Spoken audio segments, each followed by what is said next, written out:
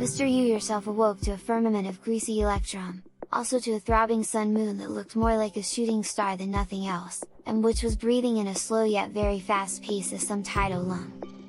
His body lay stretched out on a bed of thorns as well as of down feathers that swayed, not in the breeze, but as if responding to an invisible dialogue between their aerial root and tubercles. When he stood, his own breath moved in sync with the solar lunas, a strange resonance that made his subcutaneous dermis crawl. He took stock. His equipment was missing, save for a pocket-sized rice paper sheet and a writing quill that still held the cool warmth of squid ink. The landscape stretched out before him, a valley of tiny, bonsai redwoods and giant African grass, dotted with structures that gleamed. They weren't ruins, nor modern. They were something else, bipedal quadrupeds, something like apes, but their necks spiral and wiry like hair, with heads larger than bodies, and whose magenta eyes set too far forward and yet oriented backwards. None ever blinked. Their smooth, lipless mouths didn't stir either, but vibrated from them, a rippling melodious screech that he felt more than heard within his ribs.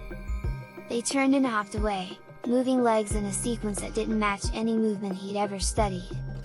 Because the critters were an inscription, not written in any known alphabet, but something in its geometry suggested meaning. The city they were, wasn't abandoned.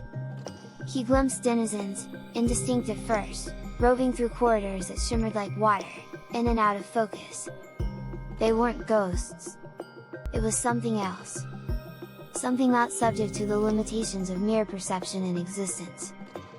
He leaned closer and knocked. The figures talked. Their words weren't words, but bits of feelings organized in emotional syntagmas thrust into his mood. They didn't ask him who he was.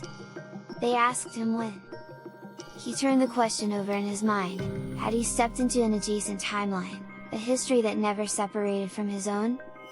He thought of the pulse of the air, the solidly vaporous buildings floating shapelessly in invariant proper mathematical solids. He had traveled out of both, reality and unreality, outside the limits of order as well as those of chaos and void.